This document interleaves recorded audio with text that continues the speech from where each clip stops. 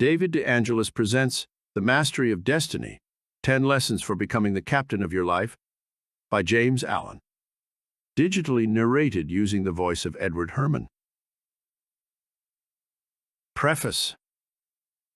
The discovery of the law of evolution in the material world has prepared men for a knowledge of the law of cause and effect in the mental world. Thought is not less orderly and progressive than the material forms which embody thought, and not alone cells and atoms, but thoughts and deeds are charged with a cumulative and selective energy. In the realm of thought and deed, the good survives, for it is fittest. The evil ultimately perishes. To know that the perfect law of causation is as all-embracing in mind as in matter is to be relieved from all anxiety concerning the ultimate destiny of individuals and of humanity. For man is man and master of his fate. And the will in man which is conquering the knowledge of natural law will conquer the knowledge of spiritual law. The will which, in ignorance, chooses evil, will, as wisdom evolves and emerges, choose good. In a universe of law, the final mastery of evil by man is assured. His lesser destinies of separation and sorrow, defeat and death, are but disciplinary steps leading to the great destiny of triumphal mastery. He himself is unconsciously building, albeit with lacerated hands and labor-bowed form, the temple of glory, which is to afford him an eternal habitation of peace. In this volume, one have tried to set down some words indicative of this law and this destiny, and the manner of its working and its building, and have so arranged the subject matter as to make the book a companion volume to the Life Triumphant. The first 6 and the last chapters first appeared in Bibby's Quarterly and Bibby's Annual, and it is by kind permission of the editor, Mr. Joseph Bibby, that they are now brought together and published in volume form, the other 3 chapters having been added to make the book consecutive and complete. James Allen. 1. Deeds, Character, and Destiny. There is and always has been a widespread belief in fate or destiny, that is, in an eternal and inscrutable power which apportions definite ends to both individuals and nations. This belief has arisen from long observation of the facts of life. Men are conscious that there are certain occurrences which they cannot control and are powerless to avert. Birth and death, for instance, are inevitable, and many of the incidents of life appear equally inevitable. Men strain every nerve for the attainment of certain ends, and gradually they become conscious of a power which seems to be not of themselves, which frustrates their puny efforts, and laughs, as it were, at their fruitless striving and struggle. As men advance in life, they learn to submit more or less to this overruling power which they do not understand, perceiving only its effects in themselves and the world around them, and they call it by various names, such as God, Providence, Fate, Destiny, etc. Men of contemplation, such as poets and philosophers, step aside, as it were, to watch the movements of this mysterious power as it seems to elevate its favorites on the one hand, and strike down its victims on the other, without reference to merit or demerit. The greatest poets, especially the dramatic poets, represent this power in their works as they have observed it in nature. The Greek and Roman dramatists usually depict their heroes as having foreknowledge of their fate and taking means to escape it, but by so doing, they blindly involve themselves in a series of consequences which bring about the doom which they are trying to avert. Shakespeare's characters, on the other hand, are represented as in nature, with no foreknowledge except in the form of presentiment of their particular destiny. Thus, according to the poets, whether the man knows his fate or not, he cannot avert it, and every conscious or unconscious act of his is a step towards it. Thus, men in all nations and times have experienced in their lives the action of this invincible power or law. And in our nation today, this experience has been crystallized in the terse proverb, "Man proposes, God disposes." But, contradictory as it may appear, there is an equally widespread belief in man's responsibility as a free agent. All moral teaching is an affirmation of man's freedom to choose his course and mold his destiny, and man's patient and untiring efforts in achieving his ends are declarations of consciousness of freedom and power. This dual experience of fate on the one hand and freedom on the other has given rise to the interminable controversy between the believers in fatalism and the upholders of free will, a controversy which was recently revived under the term determinism versus free will. Between apparently conflicting extremes, there is always a middle way of balance, justice or compensation, which, while it includes both extremes, cannot be said to be either one or the other, and which brings both into harmony, and this middle way is the point of contact between two extremes. Truth cannot be a partisan, but by its nature is the reconciler of extremes. And so, in the matter which we are considering, there is a golden mean which brings fate and free will into close relationship, wherein indeed it is seen that these two indisputable facts in human life, for such they are but two aspects of one central law, one unifying and all-embracing principle, namely, the law of causation in its moral aspect. Moral causation necessitates both fate and free will, both individual responsibility and individual predestination, for the law of causes must also be the law of effects, and cause and effect must always be equal. The train of causation, both in matter and mind, must be eternally balanced, therefore eternally just, eternally perfect. Thus every effect may be said to be a thing preordained, but the predetermining power is a cause, and not the fiat of an arbitrary will. Man finds himself involved in the train of causation. His life is made up of causes and effects. It is both a sowing and a reaping. Each act of his is a cause, which must be balanced by its effects. He chooses the cause, this is free will. He cannot choose, alter, or avert the effect, this is fate. Thus free will stands for the power to initiate causes, and destiny is involvement in effects. It is therefore true that man is predestined to certain ends, but he himself has, though he knows it not, issued the mandate, that good or evil thing from which there is no escape, he has by his own deeds brought about. It may here be urged that man is not responsible for his deeds, that these are the effects of his character, and that he is not responsible for the character, good or bad, which was given him at his birth. If character was given him at birth, this would be true, and there would then be no moral law, and no need for moral teaching. But characters are not given ready-made, they are evolved. They are, indeed, effects, the products of the moral law itself, that is, the products of deeds. Character result of an accumulation of deeds which have been piled up, so to speak, by the individual during his life. Man is the doer of his own deeds.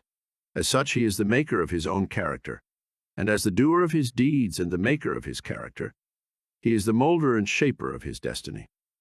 He has the power to modify and alter his deeds, and every time he acts he modifies his character, and with the modification of his character for good or evil, he is predetermining for himself new destinies, destinies disastrous or beneficent, in accordance with the nature of his deeds. Character is destiny itself. As a fixed combination of deeds, it bears within itself the results of those deeds. These results lie hidden as moral seeds in the dark recesses of the character, awaiting their season of germination, growth, and fruitage. Those things which befall a man are the reflections of himself, that destiny which pursued him, which he was powerless to escape by effort or avert by prayer, was the relentless ghoul of his own wrong deeds, demanding and enforcing restitution. Those blessings and curses which come to him unbidden are the reverberating echoes of the sounds which he himself sent forth.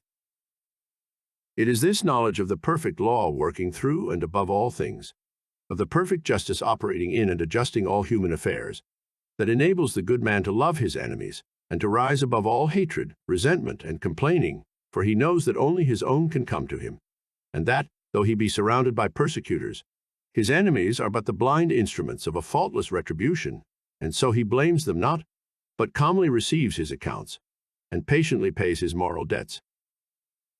But this is not all. He does not merely pay his debts, he takes care not to contract any further debts.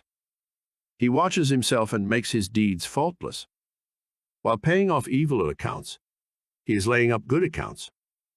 By putting an end to his own sin, he is bringing evil and suffering to an end. And now let us consider how the law operates in particular instances in the outworking of destiny through deeds and character. First, we will look at this present life, for the present is the synthesis of the entire past. The net result of all that a man has ever thought and done is contained within him.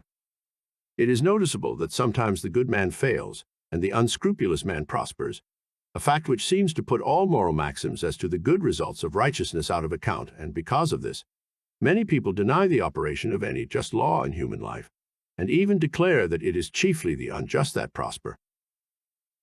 Nevertheless, the moral law exists and is not altered or subverted by shallow conclusions. It should be remembered that man is a changing, evolving being. The good man was not always good. The bad man was not always bad. Even in this life, there was a time in a large number of instances when the man who is now just was unjust, when he who is now kind was cruel, when he who is now pure was impure. Conversely, there was a time in this life in a number of instances when he who is now unjust was just, when he who is now cruel was kind, when he who is now impure was pure. Thus, the good man who is overtaken with calamity today is reaping the result of his former evil sowing. Later he will reap the happy result of his present good sowing, while the bad man is now reaping the result of his former good sowing. Later he will reap the result of his present sowing of bad. Characteristics are fixed habits of mind, the results of deeds. An act repeated a large number of times becomes unconscious or automatic. That is, it then seems to repeat itself without any effort on the part of the doer, so that it seems to him almost impossible not to do it, and then it has become a mental characteristic. Here is a poor man out of work. He is honest and is not a shirker. He wants work and cannot get it. He tries hard and continues to fail. Where is the justice in his lot? There was a time in this man's condition when he had plenty of work. He felt burdened with it. He shirked it and longed for ease. He thought how delightful it would be to have nothing to do. He did not appreciate the blessedness of his lot. His desire for ease is now gratified, but the fruit for which he longed and which he thought would taste so sweet has turned to ashes in his mouth. The condition which he aimed for, namely to have nothing to do, he has reached, and there he is compelled to remain till his lesson is thoroughly learned. And he is surely learning that habitual ease is degrading, that to have nothing to do is a condition of wretchedness, and that work is a noble and blessed thing. His former desires and deeds have brought him where he is, and now his present desire for work, his ceaseless searching and asking for it, will just as surely bring about its own beneficent result.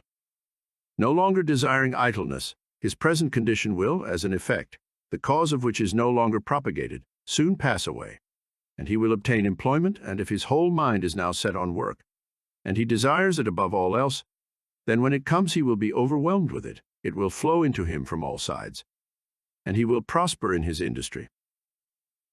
Then, if he does not understand the law of cause and effect in human life, he will wonder why work comes to him apparently unsought, while others who seek it strenuously fail to obtain it. Nothing comes unbidden. Where the shadow is, there also is the substance. That which comes to the individual is the product of his own deeds. As cheerful industry leads to greater industry and increasing prosperity, and labor shirked or undertaken discontentedly leads to a lesser degree of labor and decreasing prosperity, so with all the varied conditions of life as we see them, they are the destinies wrought by the thoughts and deeds of each particular individual. So also with the vast variety of characters, they are the ripening and ripened growth of the sowing of deeds. As the individual reaps what he sows, so the nation, being a community of individuals, reaps also what it sows. Nations become great when their leaders are just men. They fall and fade when their just men pass away. Those who are in power set an example, good or bad, for the entire nation. Great will be the peace and prosperity of a nation when there shall arise within it a line of statesmen, who, having first established themselves in a lofty integrity of character, shall direct the energies of the nation toward the culture of virtue and development of character, knowing that only through personal industry, integrity, and nobility can national prosperity proceed. Still, above all, is the great law, calmly and with infallible justice, meting out to mortals their fleeting destinies, tear-stained or smiling, the fabric of their hands. Life is a great school for the development of character, and all, through strife and struggle, vice and virtue, success and failure, are slowly but surely learning the lessons of wisdom. 2. The science of self-control. We live in a scientific age. Men of science are numbered by thousands, and they are ceaselessly searching, analyzing, and experimenting with a view to discovery and the increase of knowledge. The shelves of our libraries, both public and private, are heavy with their load of imposing volumes on scientific subjects, and the wonderful achievements of modern science are always before us, whether in our homes or in our streets, in country or town, on land or sea. There shall we have before us some marvelous device, some recent accomplishment of science, for adding to our comfort, increasing our speed, or saving the labor of our hands. Yet, with all our vast store of scientific knowledge, and its startling and rapidly increasing results in the world of discovery and invention, there is, in this age, one branch of science which has so far fallen into decay as to have become almost forgotten, a science, nevertheless, which is of greater importance than all the other sciences combined, and without which all science would but subserve the ends of selfishness and aid in man's destruction. I refer to the science of self-control. Our modern scientists study the elements and forces which are outside themselves, with the object of controlling and utilizing them. The ancients studied the elements and forces which were within themselves, with a view to controlling and utilizing them, and the ancients produced such mighty masters of knowledge in this direction, that to this day they are held in reverence as gods, and the vast religious organizations of the world are based upon their achievements. Wonderful as are the forces in nature, they are vastly inferior to that combination of intelligent forces which comprise the mind of man, and which dominate and direct the blind mechanical forces of nature. Therefore, it follows that, to understand, control, and direct the inner forces of passion, desire, will, and intellect, is to be in possession of the destinies of men and nations. As in ordinary science, there are, in this divine science, degrees of attainment, and a man is great in knowledge, great in himself, and great in his influence on the world, in the measure that he is great in self-control. He who understands and dominates the forces of external nature is the natural scientist, but he who understands and dominates the internal forces of the mind is the divine scientist, and the laws which operate in gaining a knowledge of external appearances operate also in gaining a knowledge of internal varieties. A man cannot become an accomplished scientist in a few weeks or months, nay, not even in a few years, but only after many years of painstaking investigation can he speak with authority and be ranked among the masters of science. Likewise, a man cannot acquire self-control and become possessed of the wisdom and peace-giving knowledge which that self-control confers, but by many years of patient labor, a labor which is all the more arduous because it is silent, and both unrecognized and unappreciated by others, and he who would pursue this science successfully must learn to stand alone, and to toil unrewarded as far as any outward emolument is concerned. The natural scientist pursues, in acquiring his particular kind of knowledge, the following 5 orderly and sequential steps. 1. Observation. That is, he closely and persistently observes the facts of nature. 2. Experiment. Having become acquainted by repeated observations with certain facts, he experiments with those facts with a view to the discovery of natural laws. He puts his facts through rigid processes of analysis, and so finds out what is useless and what of value, and he rejects the former and retains the latter. 3. Classification. Having accumulated and verified a mass of facts by numberless observations and experiments, he commences to classify those facts, to arrange them in orderly groups with the object of discovering some underlying law, some hidden and unifying principle which governs, regulates, and binds together these facts. 4. Deduction. Thus he passes on to the 4th step of deduction. From the facts and results which are before him, he discovers certain invariable modes of action, and thus reveals the hidden laws of things. 5. Knowledge. Having proven and established certain laws, it may be said of such a man that he knows. He is a scientist, a man of knowledge. But the attainment of scientific knowledge is not the end, great as it is. Men do not attain knowledge for themselves alone, nor to keep it locked secretly in their hearts, like a beautiful jewel in a dark chest. The end of such knowledge is use, service, the increase of the comfort and happiness of the world. Thus, when a man has become a scientist, he gives the world the benefit of his knowledge, and unselfishly bestows upon mankind the results of all his labors. Thus, beyond knowledge, there is a further step of use, that is, the right and unselfish use of the knowledge acquired, the application of knowledge to invention for the common weal. It will be noted that the 5 steps or processes enumerated follow in orderly succession, and that no man can become a scientist who omits any one of them. Without the first step of systematic observation, for instance, he could not even enter the realm of knowledge of nature's secrets. At first, the searcher for such knowledge has before him a universe of things. These things he does not understand. Many of them, indeed, seem to be irreconcilably opposed one to the other, and there is apparent confusion. But by patiently and laboriously pursuing these 5 processes, he discovers the order, nature, and essences of things, perceives the central law or laws which bind them together in harmonious relationship, and so puts an end to confusion and ignorance. As with the natural scientist, so with the divine scientist, he must pursue with the same self-sacrificing diligence 5 progressive steps in the attainment of self-knowledge, self-control. These 5 steps are the same as with the natural scientist, but the process is reversed. The mind, instead of being centered upon external things, is turned back upon itself, and the investigations are pursued in the realm of mind, of one's own mind, instead of in that of matter. At first, the searcher for divine knowledge is confronted with that mass of desires, passions, emotions, ideas, and intellections, which he calls himself, which is the basis of all his actions, and from which his life proceeds. This combination of invisible yet powerful forces appears confusedly. Some of them stand apparently in direct conflict with each other, without any appearance or hope of reconciliation. His mind in its entirety, too, with his life which proceeds from that mind, does not seem to have any equitable relation to many other minds and lives about him, and altogether there is a condition of pain and confusion from which he would fain escape. Thus he begins by keenly realizing his state of ignorance, for no one could acquire either natural or divine knowledge if he were convinced that without study or labor he already possessed it.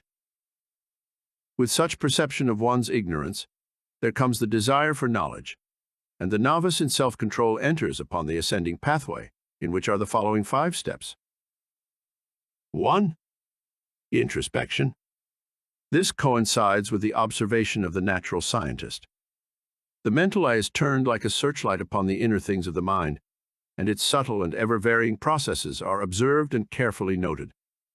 This stepping aside from selfish gratifications, from the excitements of worldly pleasures and ambitions, in order to observe with the object of understanding one's nature, is the beginning of self-control. Hitherto the man has been blindly and impotently borne along by the impulses of his nature, the mere creature of things and circumstances. But now he puts a check upon his impulses, and instead of being controlled, begins to control. 2. Self-analysis.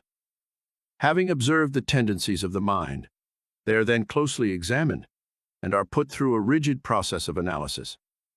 The evil tendencies, those that produce painful effects, are separated from the good tendencies, those that produce peaceful effects, and the various tendencies, with the particular actions they produce, and the definite results which invariably spring from these actions, are gradually grasped by the understanding, which is at last enabled to follow them in their swift and subtle interplay and profound ramifications. It is a process of testing and proving, and, for the searcher, a period of being tested and proved. 3. Adjustment. By this time, the practical student of things divine has clearly before him every tendency and aspect of his nature, down to the profoundest promptings of his mind and the most subtle motives of his heart. There is not a spot or corner left which he has not explored and illuminated with the light of self-examination. He is familiar with every weak and selfish point, every strong and virtuous quality. It is considered the height of wisdom to be able to see ourselves as others see us. But the practitioner of self-control goes far beyond this. He not only sees himself as others see him, he sees himself as he is. Thus, standing face to face with himself, not striving to hide away from any secret fault, no longer defending himself with pleasant flatteries, neither underrating nor overrating himself or his powers, and no more cursed with self-praise or self-pity, he sees the full magnitude of the task which lies before him. sees dearly ahead the heights of self-control, and knows what work he has to do to reach them. He is no longer in a state of confusion, but has gained a glimpse of the laws which operate in the world of thought, and he now begins to adjust his mind in accordance with those laws. This is a process of weeding, sifting, cleansing. As the farmer weeds, cleans, and prepares the ground for his crops, so the student removes the weeds of evil from his mind, cleanses and purifies it, preparatory to sowing the seeds of righteous actions which shall produce the harvest of a well-ordered life. 4. Righteousness.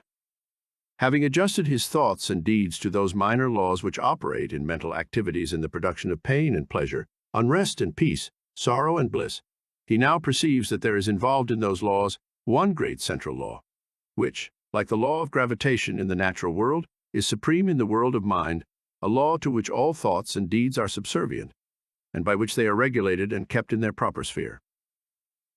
This is the law of justice or righteousness, which is universal and supreme. To this law he now conforms. Instead of thinking and acting blindly, as the nature is stimulated and appealed to by outward things, he subordinates his thoughts and deeds to this central principle. He no longer acts from self, but does what is right, what is universally and eternally right. He is no longer the abject slave of his nature and circumstances. He is the master of his nature and circumstances. He is no longer carried hither and thither on the forces of his mind. He controls and guides those forces to the accomplishment of his purposes. Thus, having his nature in control and subjection, not thinking thoughts nor doing deeds which oppose the righteous law, and which, therefore, that law annuls with suffering and defeat, he rises above the dominion of sin and sorrow, ignorance and doubt, and is strong, calm, and peaceful. 5. Pure knowledge. By thinking right and acting right, he proves, by experience, the existence of the divine law on which the mind is framed, and which is the guiding and unifying principle in all human affairs and events, whether individual or national. Thus, by perfecting himself in self-control, he acquires divine knowledge. He reaches the point where it may be said of him, as of the natural scientist, that he knows. He has mastered the science of self-control, and has brought knowledge out of ignorance, order out of confusion. He has acquired that knowledge of self which includes knowledge of all men, that knowledge of one's own life which embraces knowledge of all live. As for all minds are the same in essence, differing only in degree, are framed upon the same law, and the same thoughts and acts, by whatsoever individual they are wrought, will always produce the same results. But this divine and peace-bestowing knowledge, as in the case of the natural scientist, is not gained for oneself alone, for if this were so, the aim of evolution would be frustrated, and it is not in the nature of things to fall short of ripening and accomplishment, and indeed, he who thought to gain this knowledge solely for his own happiness would most surely fail. So, beyond the fifth step of pure knowledge, there is a still further one of wisdom, which is the right application of the knowledge acquired, the pouring out upon the world, unselfishly and without stint, the result of one's labors, thus accelerating progress and uplifting humanity. It may be said of men who have not gone back into their own nature to control and purify it, that they cannot clearly distinguish between good and evil, right and wrong. They reach after those things which they think will give them pleasure, and try to avoid those things which they believe will cause them pain. The source of their actions is self, and they only discover right painfully and in a fragmentary way, by periodically passing through severe sufferings and lashings of conscience. But he who practices self-control, passing through the 5 processes, which are 5 stages of growth, gains that knowledge which enables him to act from the moral law which sustains the universe. He knows good and evil, right and wrong, and thus knowing them, lives in accordance with good and right. He no longer needs to consider what is pleasant or what is unpleasant, but does what is right. His nature is in harmony with his conscience, and there is no remorse. His mind is in unison with the great law, and there is no more suffering and sin. For him evil is ended, and good is all in all. 3. Cause and effect in human conduct. It is an axiom with the scientists that every effect is related to a cause. Apply this to the realm of human conduct, and there is revealed the principle of justice. Every scientist knows, and now all men believe, that perfect harmony prevails throughout every portion of the physical universe, from the speck of dust to the greatest sun. Everywhere there is exquisite adjustment. In the sidereal universe, with its millions of suns rolling majestically through space and carrying with them their respective systems of revolving planets, its vast nebula, its seas of meteors, and its vast army of comets traveling through illimitable space with inconceivable velocity, perfect order prevails. And again, in the natural world, with its multitudinous aspects of life and its infinite variety of forms, there are the clearly defined limits of specific laws, through the operation of which all confusion is avoided, and unity and harmony eternally obtain. If this universal harmony could be arbitrarily broken, even in one small particular, the universe would cease to be. There could be no cosmos, but only universal chaos. Nor can it be possible in such a universe of law that there should exist any personal power which is above, outside, and superior to such law, in the sense that it can defy it or set it aside. For whatsoever beings exist, whether they be men or gods, they exist by virtue of such law, and the highest, best, and wisest among all beings would manifest his greater wisdom by his more complete obedience to that law, which is wiser than wisdom, and than which nothing more perfect could be devised. All things, whether visible or invisible, are subservient to and fall within the scope of this infinite and eternal law of causation. As all things seen obey it, so all things unseen, the thoughts and deeds of men, whether secret or open, cannot escape it.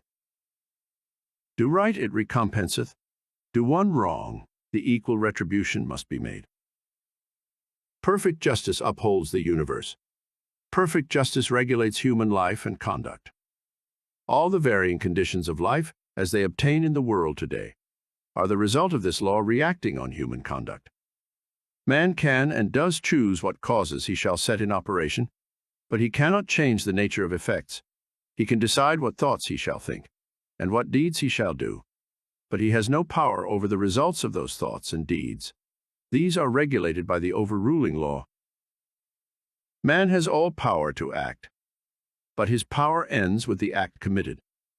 The result of the act cannot be altered, annulled, or escaped. It is irrevocable. Evil thoughts and deeds produce conditions of suffering. Good thoughts and deeds determine conditions of blessedness. Thus man's power is limited to, and his blessedness or misery is determined by his own conduct. To know this truth renders life simple, plain, and unmistakable.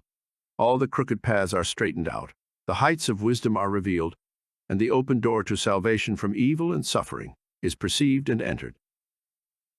Life may be likened to a sum in arithmetic. It is bewilderingly difficult and complex to the pupil who has not yet grasped the key to its correct solution, but once this is perceived and laid hold of, it becomes as astonishingly simple as it was formerly profoundly perplexing. Some idea of this relative simplicity and complexity of life may be grasped by fully recognizing and realizing the fact that, while there are scores and perhaps hundreds of ways in which a sum may be done wrong, there is only one way by which it can be done right, and that when that right way is found, the pupil knows it to be the right, his perplexity vanishes, and he knows that he has mastered the problem. It is true that the pupil, while doing his sum incorrectly, may and frequently does think he has done it correctly, but he is not sure. His perplexity is still there, and if he is an earnest and apt pupil, he will recognize his own error when it is pointed out by the teacher. So in life, men may think they are living rightly while they are continuing, through ignorance, to live wrongly, but the presence of doubt, perplexity, and unhappiness are sure indications that the right way has not yet been found. There are foolish and careless pupils who would like to pass a sum as correct before they have acquired a true knowledge of figures, but the eye and skill of the teacher quickly detect and expose the fallacy. So in life there can be no falsifying of results. The eye of the great law reveals and exposes. Twice 5 will make 10 to all eternity, and no amount of ignorance, stupidity, or delusion can bring the result up to 11. If one looks superficially at a piece of cloth, he sees it as a piece of cloth. But if he goes further and inquires into its manufacture, and examines it closely and attentively, he sees that it is composed of a combination of individual threads, and that, while all the threads are interdependent, each thread pursues its own way throughout, never becoming confused with its sister thread. It is this entire absence of confusion between the particular threads which constitutes the finished work, a piece of cloth. Any inharmonious commingling of the thread would result in a bundle of waste or a useless rag. Life is like a piece of cloth, and the threads of which it is composed are individual lives. The threads, while being interdependent, are not confounded one with the other. Each follows its own course. Each individual suffers and enjoys the consequences of his own deeds, and not of the deeds of another. The course of each is simple and definite, the whole forming a complicated yet harmonious combination of sequences. There are action and reaction, deed and consequence, cause and effect, and the counterbalancing reaction, consequence, and effect is always in exact ratio with the initiatory impulse. A durable and satisfactory piece of cloth cannot be made from shoddy material, and the threads of selfish thoughts and bad deeds will not produce a useful and beautiful life, a life that will wear well and bear close inspection. Each man makes or mars his own life. It is not made or marred by his neighbor or by anything external to himself. Each thought he thinks, each deed he does, is another thread, shoddy or genuine, woven into the garment of his life. And as he makes the garment, so must he wear it. He is not responsible for his neighbor's deeds. He is not the custodian of his neighbor's actions. He is responsible only for his own deeds. He is the custodian of his own actions. The problem of evil subsists in a man's own evil deeds, and it is solved when those deeds are purified. Says Rousseau, "Man, seek no longer the origin of evil. Thou thyself art its origin." Effect can never be divorced from cause. It can never be of a different nature from cause. Emerson says, "Justice is not postponed. A perfect equity adjusts the balance in all parts of life." And there is a profound sense in which cause and effect are simultaneous and form one perfect whole. Thus, upon the instant that a man thinks, say, a cruel thought, or does a cruel deed, that same instant he has injured his own mind. He is not the same man he was the previous instant. He is a little viler and a little more unhappy, and a number of such successive thoughts and deeds would produce a cruel and wretched man. The same thing applies to the contrary. The thinking of a kind thought or doing a kind deed, an immediate nobility and happiness attend it. The man is better than he was before, and a number of such deeds would produce a great and blissful soul. Thus, individual human conduct determines, by the faultless law of cause and effect, individual merit or demerit, individual greatness or meanness, individual happiness or wretchedness. What a man thinks that he does, what he does that he is.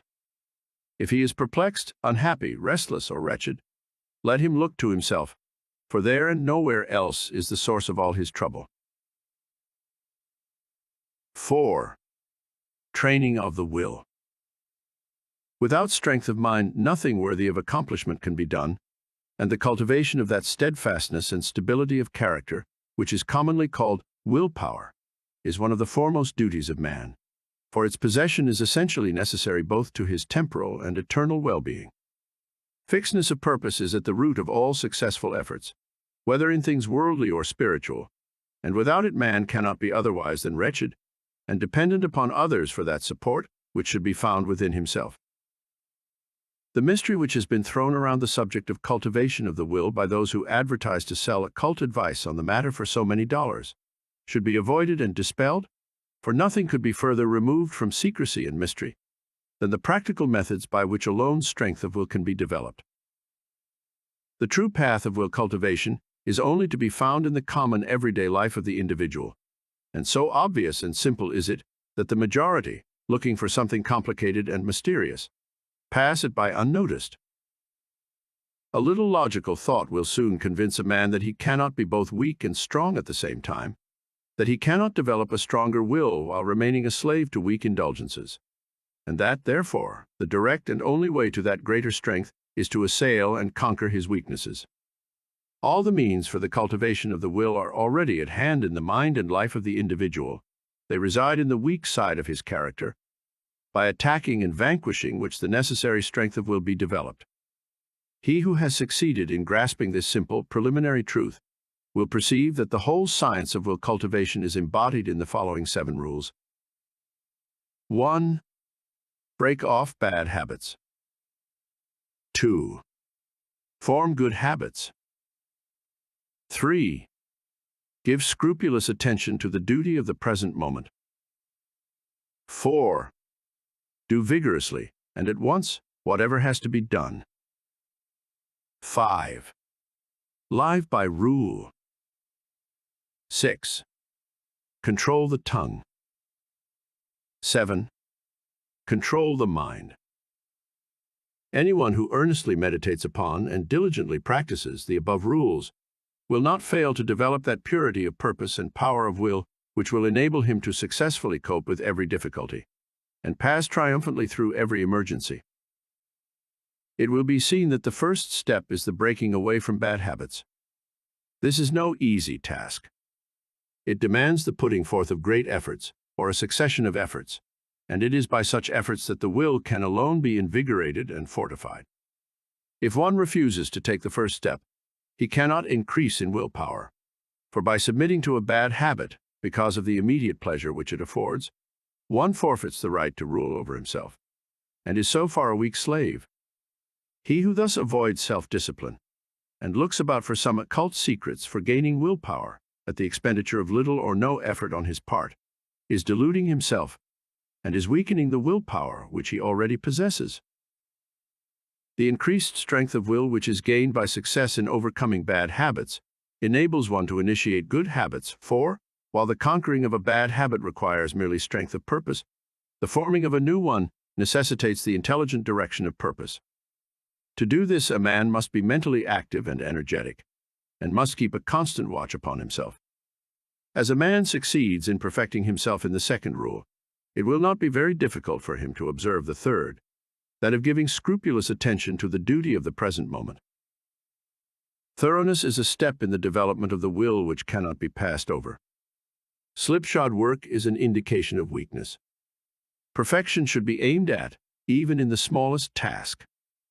By not dividing the mind, but giving the whole attention to each separate task as it presents itself, singleness of purpose and intense concentration of mind are gradually gained, two mental powers which give weight and worth of character, and bring repose and joy to their possessor. The fourth rule, that of doing vigorously, and at once, whatever has to be done, is equally important. Idleness and a strong will cannot go together, and procrastination is a total barrier to the acquisition of purposeful action. Nothing should be put off until another time, not even for a few minutes. That which ought to be done now should be done now. This seems a little thing, but it is of far-reaching importance. It leads to strength, success, and peace. The man who is to manifest a cultivated will must also live by certain fixed rules. He must not blindly gratify his passions and impulses, but must school them to obedience. He should live according to principle and not according to passion. He should decide what he will eat and drink and wear, and what he will not eat and drink and wear, how many meals per day he will have, and at what times he will have them, at what time he will go to bed, and at what time get up. He should make rules for the right government of his conduct in every department of his life, and should religiously adhere to them. To live loosely and indiscriminately, eating and drinking and sensually indulging at the beck and call of appetite and inclination, is to be a mere animal, and not a man with will and reason. The beast in man must be scourged and disciplined and brought into subjection, and this can only be done by training the mind and life on certain fixed rules of right conduct. The saint attains to holiness by not violating his vows, and the man who lives according to good and fixed rules is strong to accomplish his purpose. The sixth rule, that of controlling the tongue, must be practiced until one has perfect command of his speech, so that he utters nothing in peevishness, anger, irritability, or with evil intent. The man of strong will does not allow his tongue to run thoughtlessly and without check. All these 6 rules, if faithfully practiced, will lead up to the 7th, which is the most important of them all, namely, rightly controlling the mind. Self-control is the most essential thing in life, yet least understood. But he who patiently practices the rules herein laid down, bringing them into requisition in all his ways and undertakings, will learn by his own experience and efforts how to control and train his mind, and to earn thereby the supreme crown of manhood, the crown of a perfectly poised will. 5. Thoroughness. Thoroughness consists in doing little things as though they were the greatest things in the world. That the little things of life are of primary importance is a truth not generally understood, and the thought that little things can be neglected, thrown aside, or slurred over is at the root of that lack of thoroughness which is so common, and which results in imperfect work and unhappy lives. When one understands that the great things of the world and of life consist of a combination of small things, and that without this aggregation of small things the great things would be non-existent, then he begins to pay careful attention to those things which he formerly regarded as insignificant. He thus acquires the quality of thoroughness, and becomes a man of usefulness and influence, for the possession or non-possession of this one quality may mean all the difference between a life of peace and power, and one of misery and weakness. Every employer of labor knows how comparatively rare this quality is, how difficult it is to find men and women who will put thought and energy into their work, and do it completely and satisfactorily. Bad workmanship abounds. Skill and excellence are acquired by few. Thoughtlessness, carelessness, and laziness are such common vices that it should cease to appear strange that, in spite of social reform, the ranks of the unemployed should continue to swell. For those who scamp their work today will, another day, in the hour of deep necessity, look and ask for work in vain. The law of the survival of the fittest is not based on cruelty. It is based on justice. It is one aspect of that divine equity which everywhere prevails. Vice is beaten with many stripes. If it were not so, how could virtue be developed? The thoughtless and lazy cannot take precedence of or stand equally with the thoughtful and industrious. A friend of mine tells me that his father gave all his children the following piece of advice: whatever your future work may be, put your whole mind upon it and do it thoroughly. You need then have no fear as to your welfare, for there are so many who are careless and negligent, that the services of the thorough man are always in demand. I know those who have for years tried almost in vain to secure competent workmanship in spheres which do not require exceptional skill, but which call chiefly for forethought, energy, and conscientious care. They have discharged one after another for negligence, laziness, incompetence, and persistent breaches of duty, not to mention other vices which have no bearing on this subject, yet the vast army of the unemployed continues to cry out against the laws, against society, and against heaven. The cause of this common lack of thoroughness is not far to seek. It lies in that thirst for pleasure which not only creates a distaste for steady labor, but renders one incapable of doing the best work, and of properly fulfilling one's duty.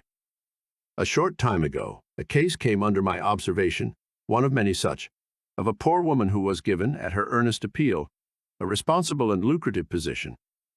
She had been at her post only a few days when she began to talk of the pleasure trips she was going to have now she had come to that place. She was discharged at the end of a month for negligence and incompetence. As two objects cannot occupy the same space at the same time, so the mind that is occupied with pleasure cannot also be concentrated upon the perfect performance of duty. Pleasure has its own place in time, but its consideration should not be allowed to enter the mind during those hours which should be devoted to duty. Those who, while engaged in their worldly task, are continually dwelling upon anticipated pleasures, cannot do otherwise than bungle through their work, or even neglect it when their pleasure seems to be at stake. Thoroughness is completeness, perfection. It means doing a thing so well that there is nothing left to be desired. It means doing one's work, if not better than anyone else can do it, at least not worse than the best that others do. It means the exercise of much thought, the putting forth of great energy, the persistent application of the mind to its task, the cultivation of patience, perseverance, and a high sense of duty. An ancient teacher said, "If anything has to be done, let a man do it, let him attack it vigorously." And another teacher said, "Whatsoever thy hand findeth to do, do it with thy might." He who lacks thoroughness in his worldly duties will also lack the same quality in spiritual things. He will not improve his character, will be weak and half-hearted in his religion, and will not accomplish any good and useful end. The man who keeps one eye on worldly pleasure and the other on religion, and who thinks he can have the advantage of both conditions, will not be thorough either in his pleasure-seeking or his religion. but will make a sorry business of both. It is better to be a whole-souled worldling than a half-hearted religionist. Better to give the entire mind to a lower thing than half of it to a higher. It is preferable to be thorough, even if it be in a bad or selfish direction, rather than inefficient and squeamish in good directions, for thoroughness leads more rapidly to the development of character and the acquisition of wisdom. It accelerates progress and unfoldment, and while it leads the bad to something better, it spurs the good to higher and ever higher heights of usefulness and power. 6. Mind building and life building. Everything, both in nature and the works of man, is produced by a process of building. The rock is built up of atoms. The plant, the animal, and man are built up of cells. A house is built of bricks, and a book is built of letters. A world is composed of a large number of forms, and a city of a large number of houses. The arts, sciences, and institutions of a nation are built up by the efforts of individuals. The history of a nation is the building of its deeds. The process of building necessitates the alternate process of breaking down. Old forms that have served their purpose are broken up, and the material of which they are composed enters into new combinations. There is reciprocal integration and disintegration. In all compounded bodies, old cells are ceaselessly being broken up, and new cells are formed to take their place. The works of man also require to be continually renewed until they have become old and useless, when they are torn down in order that some better purpose may be served. These two processes of breaking down and building up in nature are called death and life. In the artificial works of man, they are called destruction and restoration. This dual process, which obtains universally in things visible, also obtains universally in things invisible. As a body is built of cells and a house of bricks, so a man's mind is built of thoughts. The various characters of men are none other than compounds of thoughts of varying combinations. Herein we see the deep truth of the saying, "As a man thinketh in his heart, so is he." Individual characteristics are fixed processes of thought, that is, they are fixed in the sense that they have become such an integral part of the character that they can be only altered or removed by a protracted effort of the will, and by much self-discipline. Character is built in the same way as a tree or a house is built, namely, by the ceaseless addition of new material, and that material is thought. By the aid of millions of bricks a city is built. By the aid of millions of thoughts, a mind, a character is built. Every man is a mind builder, whether he recognizes it or not. Every man must perforce think, and every thought is another brick laid down in the edifice of mind. Such bricklaying is done loosely and carelessly by a vast number of people, the result being unstable and tottering characters that are ready to go down under the first little gust of trouble or temptation. Some also put into the building of their minds large numbers of impure thoughts. These are so many rotten bricks that crumble away as fast as they are put in, leaving always an unfinished and unsightly building, and one which can afford no comfort and no shelter for its possessor. Debilitating thoughts about one's health, enervating thoughts concerning unlawful pleasures, weakening thoughts of failure, and sickly thoughts of self-pity and self-praise are useless bricks with which no substantial mind temple can be raised.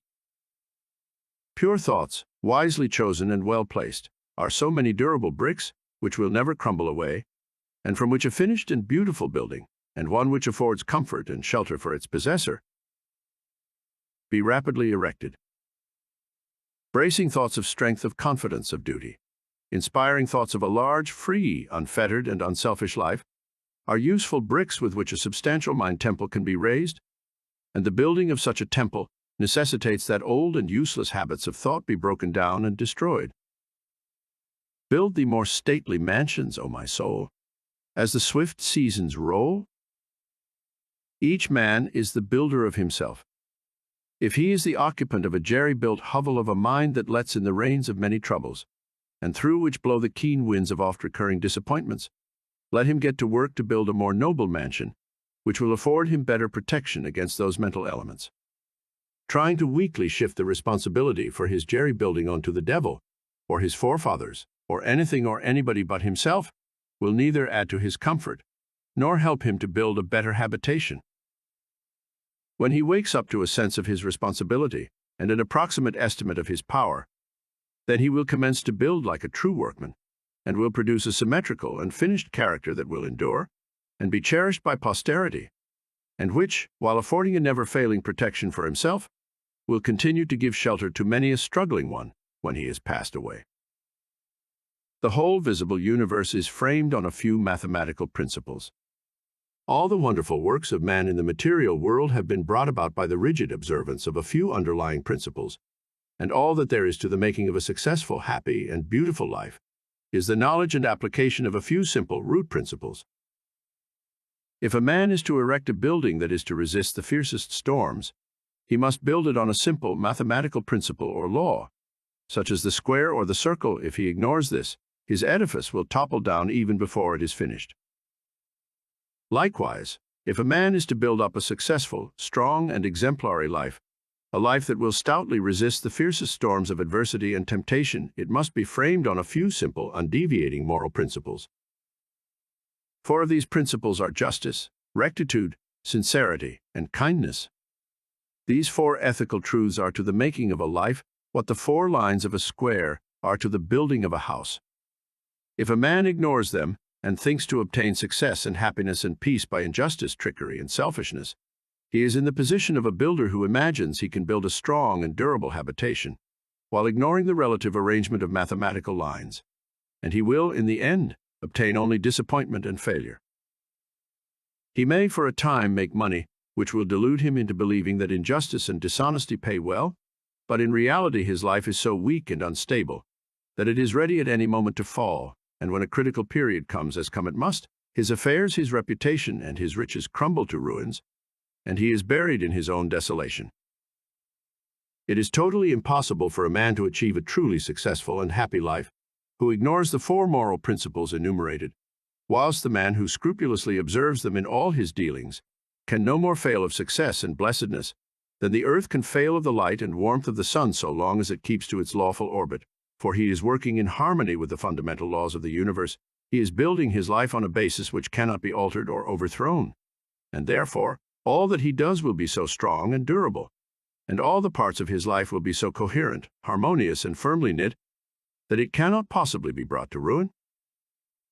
In all the universal forms which are built up by the great invisible and unerring power, it will be found that the observance of mathematical law is carried out with unfailing exactitude down to the most minute detail. The microscope reveals the fact that the infinitely small is as perfect as the infinitely great. A snowflake is as perfect as a star. Likewise, in the erection of a building by man, the strictest attention must be paid to every detail. A foundation must first be laid, and although it is to be buried and hidden, it must receive the greatest care and be made stronger than any other part of the building. Then stone upon stone, brick upon brick is carefully laid with the aid of the plumb line, until at last the building stands complete in its durability, strength, and beauty. Even so it is with the life of a man. He who would have a life secure and blessed, a life freed from the miseries and failures to which so many fall victims, must carry the practice of the moral principles into every detail of his life, into every momentary duty and trivial transaction. In every little thing he need be thorough and honest, neglecting nothing. To neglect or misapply any little detail, be he commercial man, agriculturist, professional man, or artisan, is the same as neglecting a stone or a brick in a building, and it will be a source of weakness and trouble. The majority of those who fail and come to grief do so through neglecting the apparently insignificant details. It is a common error to suppose that little things can be passed by, and that the greater things are more important and should receive all attention, but a cursory glance at the universe, as well as a little serious reflection on life, will teach the lesson that nothing great can exist which is not made up of small details, and in the composition of which every detail is perfect. He who adopts the 4 ethical principles as the law and base of his life, who raises the edifice of character upon them, who in his thoughts and words and actions does not wander from them, whose every duty and every passing transaction is performed in strict accordance with their exactions, such a man, laying down the hidden foundation of integrity of heart securely and strongly, cannot fail to raise up a structure which shall bring him honor, and he is building a temple in which he can repose in peace and blessedness, even the strong and beautiful temple of his life. 7. Cultivation of concentration. Concentration, or the bringing of the mind to a center and keeping it there, is vitally necessary to the accomplishment of any task. It is the father of thoroughness and the mother of excellence. As a faculty, it is not an end in itself, but is an aid to all faculties, all work. Not a purpose in itself, it is yet a power which serves all purposes. Like steam in mechanics, it is a dynamic force in the machinery of the mind and the functions of life. The faculty is a common possession, though in its perfection it is rare, just as will and reason are common possessions, though a perfectly poised will and a comprehensive reason are rare possessions, and the mystery which some modern mystical writers have thrown around it is entirely superfluous. Every successful man, in whatever direction his success may lie, practices concentration, though he may know nothing about it as a subject of study. Every time one becomes absorbed in a book or task, or is wrapped in devotion or assiduous in duty, concentration, in a greater or lesser degree, is brought into play. Many books purporting to give instructions on concentration make its practice and acquisition an end in itself. Than this, there is no surer nor swifter way to its destruction. The fixing of the eyes upon the tip of the nose, upon a doorknob, a picture, a mystical symbol, or the portrait of a saint, or the centering of the mind upon the navel, the pineal gland, or some imaginary point in space, I have seen all these methods seriously advised in works on this subject, with the object of acquiring concentration, is like trying to nourish the body by merely moving the jaw, as in the act of eating, without taking food. Such methods prevent the end at which they aim. They lead towards dispersion and not concentration, towards weakness and imbecility, rather than towards power and intelligence. I have met those who have squandered by these practices what measure of concentration they at first possessed, and have become the prey of a weak and wandering mind. Concentration is an aid to the doing of something, it is not the doing of something in itself. A ladder has no divine knowledge, or the sweeping of a floor, without resorting to methods which have no practical bearing on life. For what is concentration, but the bringing of a well-controlled mind to the doing of that which has to be done? He who does his work in an aimless, a hurried, or thoughtless manner, and resorts to his artificial concentration methods, to his doorknob, his picture, or nasal extremity, in order to gain that which he imagines to be some kind of mystical power, but which is a very ordinary and practical quality, though he may drift towards insanity. And I knew one man who became insane by these practices. He will not increase in steadiness of mind. The great enemy of concentration, and therefore of all skill and power, is a wavering, wandering, undisciplined value in and of itself, but only in so far as it enables us to reach something which we could not otherwise reach. In like manner, concentration is that which enables the mind to accomplish with ease that which it would be otherwise impossible to accomplish, but of itself it is a dead thing, and not a living accomplishment. Concentration is so interwoven with the uses of life that it cannot be separated from duty, and he who tries to acquire it apart from his task, his duty, will not only fail, but will diminish and not increase his mental control and executive capacity, and so render himself less and less fit to succeed in his undertakings. A scattered and undisciplined army would be useless. To make it effective in action and swift in victory, it must be solidly concentrated and masterfully directed. Scattered and diffused thoughts are weak and worthless. Thoughts marshaled, commanded, and directed upon a given point are invincible. Confusion, doubt, and difficulty give way before their masterly approach. Concentrated thought enters largely into all successes and informs all victories. There is no more secret about its acquirement than about any other acquisition, for it is governed by the underlying principle of all development, namely, practice. To be able to do a thing, you must begin to do it, and keep on doing it until the thing is mastered. This principle prevails universally in all arts, sciences, trades, in all learning, conduct, religion. To be able to paint, one must paint. To know how to use a tool skillfully, he must use the tool. To become learned, he must learn.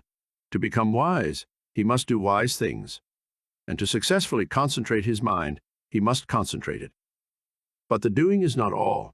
It must be done with energy and intelligence. The beginning of concentration, then, is to go to your daily task and put your mind on it, bringing all your intelligence and mental energy to a focus upon that which has to be done, and every time the thoughts are found wandering aimlessly away, they should be brought promptly back to the thing in hand. Thus, the center upon which you are to bring your mind to a point is not your pineal gland or a paint in space, but the work which you are doing every day, and your object in thus concentrating is to be able to do your work with smooth rapidity and consummate skill, for until you can thus do your work, you have not gained any degree of control over the mind. You have not acquired the power of concentration. This powerful focusing of one's thought and energy and will upon the doing of things is difficult at first, as everything worth acquiring is difficult. But daily efforts, strenuously made and patiently followed up, will soon lead to such a measure of self-control as will enable one to bring a strong and penetrating mind to bear upon any work undertaken, a mind that will quickly comprehend all the details of the work and dispose of them with accuracy and dispatch. He will thus, as his concentrative capacity increases, enlarge his usefulness in the scheme of things, and increase his value to the world, thus inviting nobler opportunities and opening the door to higher duties. He will also experience the joy of a wider and fuller life.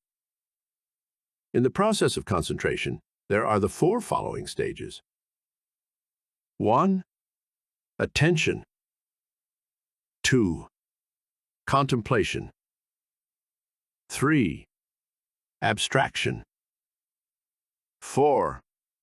Activity in repose. At first the thoughts are arrested, and the mind is fixed upon the object of concentration, which is the task in hand. This is attention.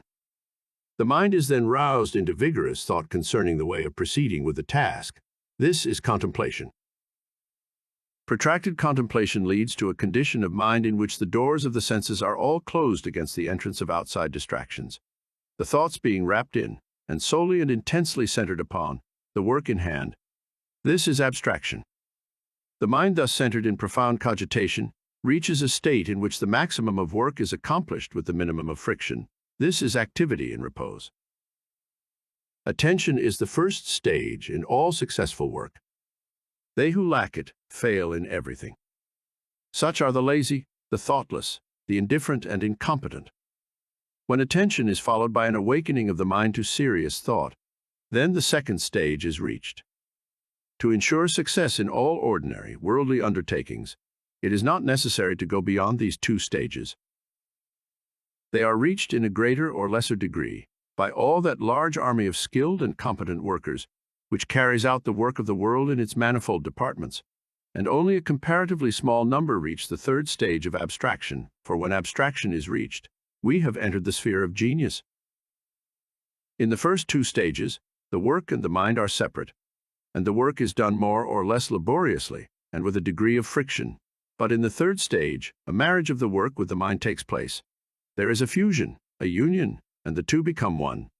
Then there is a superior efficiency with less labor and friction. In the perfection of the first two stages, the mind is objectively engaged and is easily drawn from its center by external sights and sounds. But when the mind has attained perfection in abstraction, the subjective method of working is accomplished, as distinguished from the objective. The thinker is then oblivious to the outside world, but is vividly alive in his mental operations. If spoken to, he will not hear, and if plied with more vigorous appeals, he will bring back his mind to outside things as one coming out of a dream. Indeed, this abstraction is a kind of waking dream, but its similarity to a dream ends with the subjective state. It does not obtain in the mental operations of that state, in which, instead of the confusion of dreaming, there is perfect order, penetrating insight, and a wide range of comprehension. Whoever attains to perfection in abstraction will manifest genius in the particular work upon which his mind is centered. Inventors, artists, poets, scientists, philosophers, and all men of genius are men of abstraction. They accomplish subjectively and with ease that which the objective workers, men who have not yet attained beyond the second stage in concentration, cannot accomplish with the most strenuous labor. When the fourth stage, that of activity in repose, is attained, then concentration in its perfection is acquired. I am unable to find a single word which will fully express this dual condition of intense activity combined with steadiness or rest, and have therefore employed the term activity and repose. The term appears contradictory, but the simple illustration of a spinning top will serve to explain the paradox. When a top spins at the maximum velocity, the friction is reduced to the minimum, and the top assumes that condition of perfect repose, which is a sight so beautiful to the eye and so captivating to the mind of the schoolboy, who then says his top is asleep. The top is apparently motionless, but it is the rest, not of inertia, but of intense and perfectly balanced activity. So the mind that has acquired perfect concentration is, when engaged in that intense activity of thought, which results in productive work of the highest kind, in a state of quiet poise and calm repose. Externally, there is no apparent activity, no disturbance, and the face of a man who has acquired this power will assume a more or less radiant calmness, and the face will be more sublimely calm when the mind is most intensely engaged in active thought. Each stage of concentration has its particular power. Thus, the first stage, when perfected, leads to usefulness. The second leads to skill, ability, talent. The third leads to originality and genius, while the fourth leads to mastery and power, and makes leaders and teachers of men.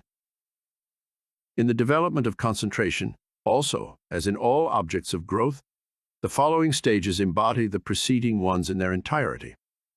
Thus, in contemplation, attention is contained.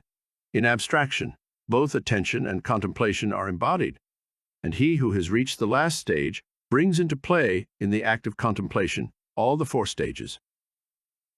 He who has perfected himself in concentration is able at any moment to bring his thoughts to a point upon any matter, and to search into it with the strong light of an active comprehension. He can both take a thing up and lay it down with equal deliberation. He has learned how to use his thinking faculties to fixed purposes and guide them towards definite ends. He is an intelligent doer of things, and not a weak wanderer amid chaotic thought. Decision, energy, alertness, as well as deliberation, judgment, and gravity accompany the habit of concentration, and that vigorous mental training which its cultivation involves leads, through ever-increasing usefulness and success in worldly occupations, towards that higher form of concentration called meditation, in which the mind becomes divinely illumined and acquires the heavenly knowledge. 8. Practice of meditation. When aspiration is united to concentration, the result is meditation. When a man intensely desires to reach and realize a higher, purer, and more radiant life than the merely worldly and pleasure-loving life, he engages in aspiration, and when he earnestly concentrates his thoughts upon the finding of that life, he practices meditation. Without intense aspiration, there can be no meditation. Lethargy and indifference are fatal to its practice. The more intense the nature of a man, the more readily will he find meditation, and the more successfully will he practice it. A fiery nature will most rapidly scale the heights of truth in meditation, when its aspirations have become sufficiently awakened. Concentration is necessary to worldly success. Meditation is necessary to spiritual success. Worldly skill and knowledge are acquired by concentration. Spiritual skill and knowledge are acquired by meditation. By concentration, a man can scale the highest heights of genius, but he cannot scale the heavenly heights of truth. To accomplish this, he must meditate. By concentration, a man may acquire the wonderful comprehension and vast power of a Caesar. By meditation, he may reach the divine wisdom and perfect peace of a Buddha. The perfection of concentration is power. The perfection of meditation is wisdom. By concentration, men acquire skill in the doing of the things of life, in science, art, trade, etc. But by meditation, they acquire skill in life itself, in right living, enlightenment, wisdom, etc. Saints, sages, saviors, wise men, and divine teachers are the finished products of holy meditation. The four stages in concentration are brought into play in meditation, the difference between the two powers being one of direction and not of nature. Meditation is therefore spiritual concentration, the bringing of the mind to a focus in its search for the divine knowledge, the divine life, the intense dwelling in thought on truth. Thus a man aspires to know and realize above all things else the truth. He then gives attention to conduct, to life, to self-purification. Giving attention to these things, he passes into serious contemplation of the facts, problems, and mystery of life. Thus contemplating, he comes to love truth so fully and intensely as to become wholly absorbed in it. The mind is drawn away from its wanderings in a multitude of desires, and, solving one by one the problems of life, realizes that profound union with truth, which is the state of abstraction, and thus absorbed in truth. There is that balance and poise of character, that divine action in repose, which is the abiding calm and peace of an emancipated and enlightened mind. Meditation is more difficult to practice than concentration, because it involves a much more severe self-discipline than that which obtains in concentration. A man can practice concentration without purifying his heart and life, whereas the process of purification is inseparable from meditation. The object of meditation is divine enlightenment, the attainment of truth, and is therefore interwoven with practical purity and righteousness. Thus, while, at first, the time spent in actual meditation is short, perhaps only half an hour in the early morning, the knowledge gained in that half hour of vivid aspiration and concentrated thought is embodied in practice during the whole day. In meditation, therefore, the entire life of a man is involved, and as he advances in its practice, he becomes more and more fitted to perform the duties of life in the circumstances in which he may be placed, for he becomes stronger, holier, calmer, and wiser. The principle of meditation is twofold, namely: 1. Purification of the heart by repetitive thought on pure things. 2. Attainment of divine knowledge by embodying such purity in practical life. Man is a thought being, and his life and character are determined by the thoughts in which he habitually dwells. By practice, association, and habit, thoughts tend to repeat themselves with greater and greater ease and frequency, and so fix the character in a given direction by producing that automatic action, which is called habit. By daily dwelling upon pure thoughts, the man of meditation forms the habit of pure and enlightened thinking, which leads to pure and enlightened actions and well-performed duties. By the ceaseless repetition of pure thoughts, he at last becomes one with those thoughts, and is a purified being, manifesting his attainment in pure actions, in a serene and wise life. The majority of men live in a series of conflicting desires, passions, emotions, and speculations, and there are restlessness, uncertainty, and sorrow. But when a man begins to train his mind in meditation, he gradually gains control over this inward conflict by bringing his thoughts to a focus upon a central principle. In this way, the old habits of impure and erroneous thought and action are broken up, and the new habits of pure and enlightened thought and action are formed. The man becomes more and more reconciled to truth, and there is increasing harmony and insight, a growing perfection and peace. A powerful and lofty aspiration towards truth is always accompanied with a keen sense of the sorrow and brevity and mystery of life. And until this condition of mind is reached, meditation is impossible. Merely musing or whiling away the time in idle dreaming, habits to which the word meditation is frequently applied, are very far removed from meditation, in the lofty spiritual sense which we attach to that condition. It is easy to mistake reverie for meditation. This is a fatal error which must be avoided by one striving to meditate. The two must not be confounded. Reverie is a loose dreaming into which a man falls. Meditation is a strong, purposeful thinking into which a man rises. Reverie is easy and pleasurable. Meditation is at first difficult and irksome. Reverie thrives in indolence and luxury. Meditation arises from strenuousness and discipline. Reverie is first alluring, then sensuous, and then sensual. Meditation is first forbidding, then profitable, and then peaceful. Reverie is dangerous. It undermines self-control. Meditation is protective. It establishes self-control. There are certain signs by which one can know whether he is engaging in reverie or meditation. The indications of reverie are: 1. A desire to avoid exertion. 2. A desire to experience the pleasures of dreaming. 3. An increasing distaste for one's worldly duties. 4. A desire to shirk one's worldly responsibilities. 5. Fear of consequences. 6. A wish to get money with as little effort as possible. 7. Lack of self-control. The indications of meditation are: 1. Increase of both physical and mental energy. 2. A strenuous striving after wisdom. 3. A decrease of irksomeness in the performance of duty. 4. A fixed determination to faithfully fulfill all worldly responsibilities. 5.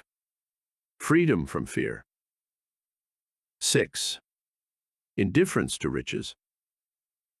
7. Possession of self-control. There are certain times, places, and conditions in and under which it is impossible to meditate, others wherein it is difficult to meditate, and others wherein meditation is rendered more accessible, and these, which should be known and carefully observed, are as follows: times, places, and conditions in which meditation is impossible. 1. At or immediately after meals. 2. In places of pleasure. 3. In crowded places. 4. While walking rapidly. 5. While lying in bed in the morning. 6. While smoking. 7. While lying on a couch or bed for physical or mental relaxation. Times, places, and conditions in which meditation is difficult. 1. At night. 2. In a luxuriously furnished room.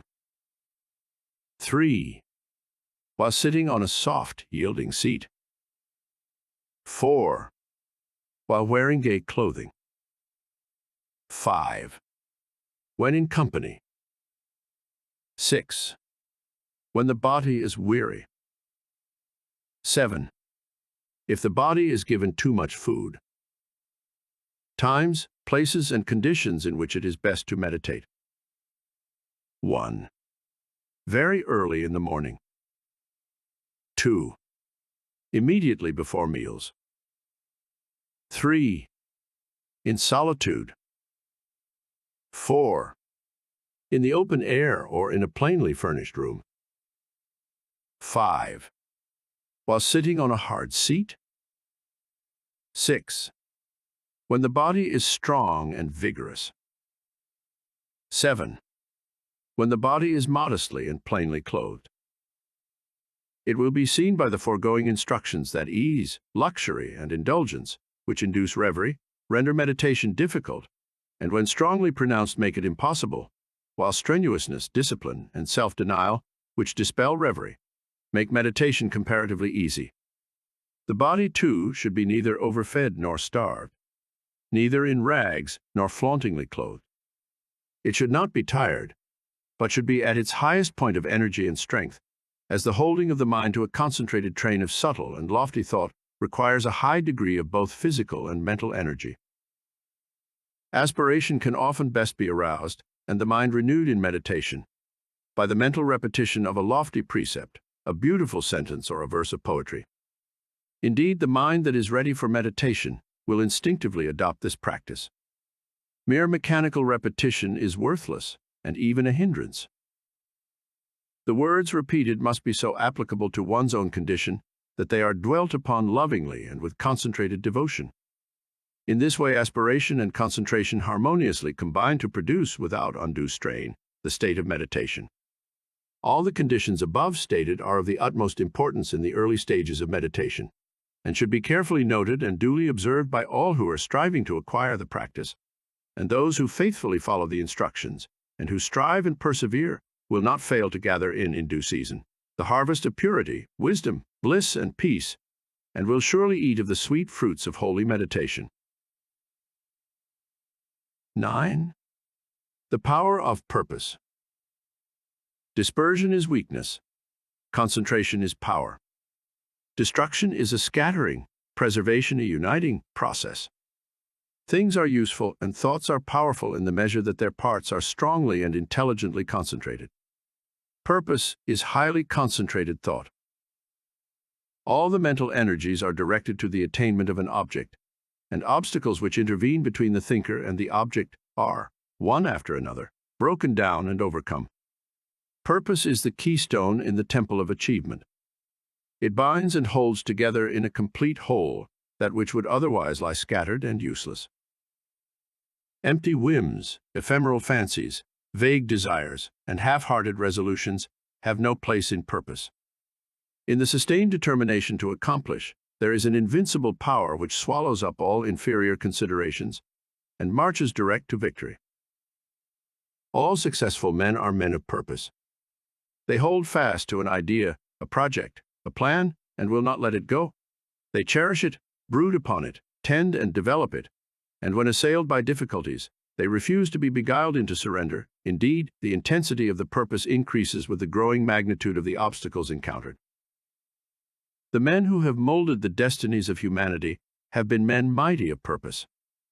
Like the Roman laying his road, they have followed along a well-defined path and have refused to swerve aside even when torture and death confronted them.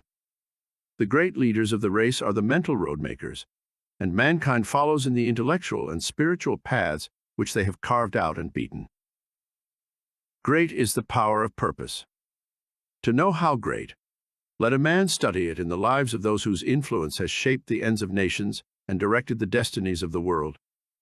In an Alexander, a Caesar, or a Napoleon, we see the power of purpose when it is directed in worldly and personal channels. In a Confucius, a Buddha, or a Christ, we perceive its vaster power when its course is along heavenly and impersonal paths. Purpose goes with intelligence. There are lesser and greater purposes according with degrees of intelligence. A great mind will always be great of purpose. A weak intelligence will be without purpose. A drifting mind argues a measure of undevelopment. What can resist an unshakable purpose? What can stand against it or turn it aside? Inert matter yields to a living force, and circumstance succumbs to the power of purpose. Truly, the man of unlawful purpose will, in achieving his ends, destroy himself. But the man of good and lawful purpose cannot fail. It only needs that he daily renew the fire and energy of his fixed resolve to consummate his object. The weak man, who grieves because he is misunderstood, will not greatly achieve. The vain man, who steps aside from his resolve in order to please others and gain their approbation, will not highly achieve. The double-minded man, who thinks to compromise his purpose, will fail. The man of fixed purpose who, whether misunderstandings and foul accusations or flatteries and fair promises rain upon him, does not yield a fraction of his resolve, is the man of excellence and achievement, of success, greatness, power. Hindrances stimulate the man of purpose. Difficulties nerve him to renewed exertion. Mistakes, losses, pains do not subdue him, and failures are steps in the ladder of success, for he is ever conscious of the certainty of final achievement. All things at last yield to the silent, irresistible, all-conquering energy of purpose. 10. The joy of accomplishment. Joy is always the accompaniment of a task successfully accomplished. An undertaking completed, or a piece of work done, always brings rest and satisfaction. When a man has done his duty, he is light-hearted and happy, says Emerson, and no matter how insignificant the task may appear, the doing of it faithfully and with whole-souled energy always results in cheerfulness and peace of mind. Of all miserable men, the shirker is the most miserable. Thinking to find ease and happiness in avoiding difficult duties and necessary tasks, which require the expenditure of labor and exertion, his mind is always uneasy and disturbed. He becomes burdened with an inward sense of shame, and forfeits manliness and self-respect. He who will not work according to his faculty, let him perish according to his necessity, says Carlyle. And it is a moral law that the man who avoids duty and does not work to the full extent of his capacity does actually perish, first in his character and last in his body and circumstances. Life and action are synonymous, and immediately a man tries to escape exertion, either physical or mental, he has commenced to decay. On the other hand, the energetic increase in life by the full exercise of their powers, by overcoming difficulties, and by bringing to completion tasks which coiled for the strenuous use of mind or muscle. How happy is a child when a school lesson, long labored over, is mastered at last? The athlete, who has trained his body through long months or years of discipline and strain, is richly blessed in his increased health and strength, and is met with the rejoicings of his friends when he carries home the prize from the field of contest. After many years of ungrudging toil, the heart of the scholar is gladdened with the advantages and powers which learning bestows. The businessman, grappling incessantly with difficulties and drawbacks, is amply repaid in the happy assurance of well-earned success, and the horticulturist, vigorously contending with the stubborn soil, sits down at last to eat of the fruits of his labor. Every successful accomplishment, even in worldly things, is repaid with its own measure of joy, and in spiritual things, the joy which supervenes upon the perfection of purpose is sure, deep and abiding. Great is the heartfelt joy, albeit ineffable when, after innumerable and apparently unsuccessful attempts, some ingrained fault of character is at last cast out to trouble its erstwhile victim, and the world no more.